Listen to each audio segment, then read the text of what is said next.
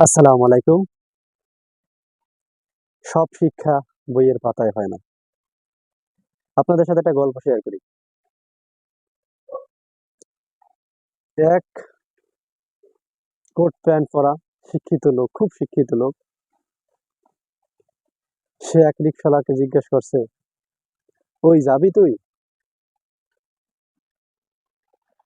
রিকশাওয়ালা হেসে উত্তর দিল, "কোথায় যাবেন?"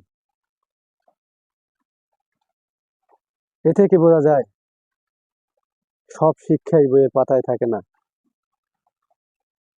অবশ্যই আপনি বুঝবেন, কারণ আপনি জ্ঞানী।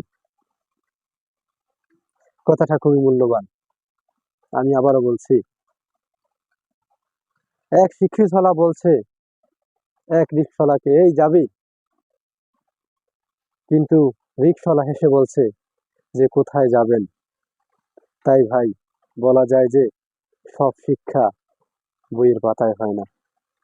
কিছু শিক্ষা মস্তিষ্ক দিয়ে ভাবতে হয়।